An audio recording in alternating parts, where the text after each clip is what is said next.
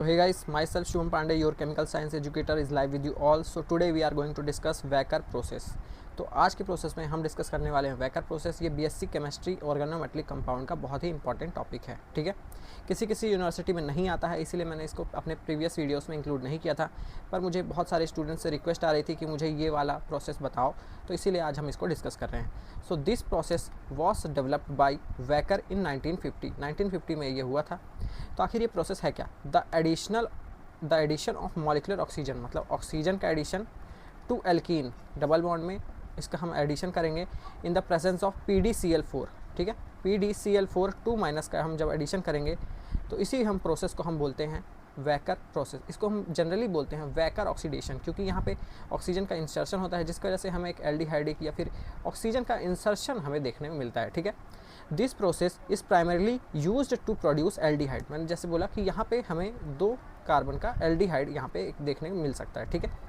तो अभी हम इस पे नहीं जाते हैं,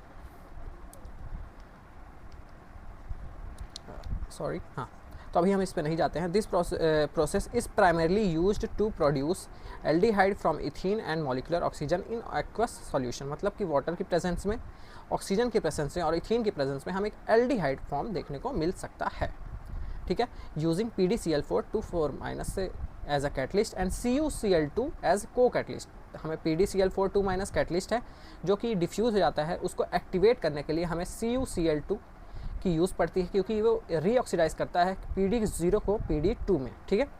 तो CuCl2 produced is reoxidise by molecular oxygen. तो ये उसका केमिकल रिएक्शन है, जिनमें ये इथीन है, यहाँ पे हमने वाटर लिया, एक्वा सॉल्यूशन में कैटलिस्ट लिया, तो हमें एक एल्डिहाइड मिला, जिसके वजह से देखो यहाँ पे प्लेटिनम हमारा +2 में ऑक्सीडेशन स्टेट में था, उसने एल्डिहाइड बनाया तो 0 में आ गया। अब इसको फिर से एक्टिवेट करने के लिए हमने CuCl2 यूज़ किया, जिसकी वजह से ये फिर से +2 में आ गया, ठीक है। तो यही हमारा मेन रिएक्शन ये है, ठीक है। पर ये आपको लिखना पड़ेगा अगर आपके एग्ज़ाम में आ गया तो, ठीक है। यहाँ तक हो गया क्लियर। C2H4 मतलब होता है alkene forms metal ethylene complex with PdCl4 2-, replacing 1 Cl- form PdCl4 2-।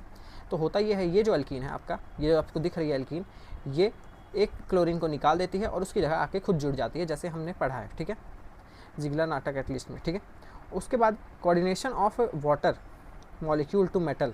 इसके बाद हमने देखा है कि coordination of water molecule to metal in an OH group bounded to metal followed by migratory insertion of OH on alkene. यहाँ पे वही है कि हम वाटर को लेते हैं, जैसे ही हम वाटर को लेते हैं तो उसका OH- आयन अटैक करता है यहाँ पे, जिसकी वजह से ये जो बॉन्ड है, ये आपको बॉन्ड दिख रहा है, ये यहाँ चला जाता है, जिसके वजह से यहाँ पे CH2- आ जाता है और ये CH2- सीधे पैलेडियम से जुड़ जाता है। पर यहाँ पे दोनों को ऐसे ही दिखाया गया है, तो आपको यही समझना है कि ये CH2 है, तो एक यहाँ पे OH जुड़ गया है CH की जगह, ठीक है, और ये कुछ ऐसे कॉम्प्लेक्स बना लिया है।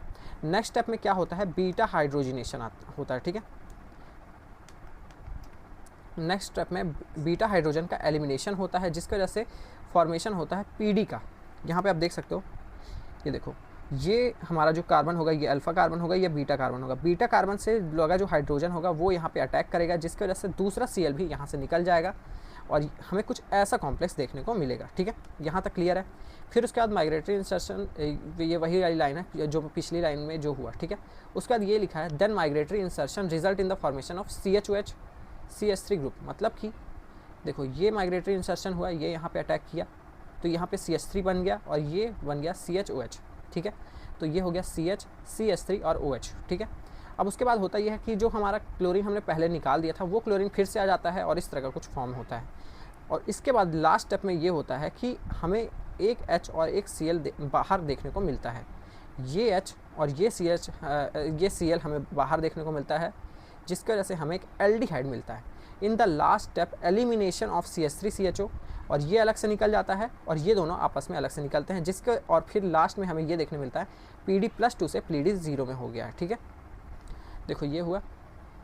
अब क्या क्या अलग हुआ, ये देखो, ये H और ये Cl अलग हो गए, ये CH3OH अलग हो गया CH3CHO के फॉर्म में, और ये दोनों Cl- अलग हो गए और PD अकेला अलग हो गया, ठीक है। तो ये भी मिटा देता हूँ।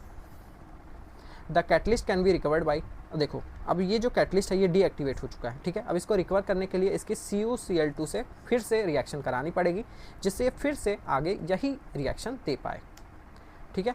If other solvent is use in the presence of water, अभी तक हम वाटर के प्रेजेंस में, एक्वस सॉल्यूशन के प्रेजेंस में यूज़ कर रहे थे। एक्वस मतलब होता है वाटर। देखो अगर दूसरा हम अगर लेते कोई भी सॉल्वेंट तो ये हमें नॉर्मल एल्डिहाइड नहीं मिलता, विनाइलिक एल्डिहाइड मिलता, ठीक है। मतलब कि CO के बाद alpha beta unsaturated carbonyl compound हमें देखने को मिलता अगर हम दूसरा यहाँ पे सॉल्वेंट लेते,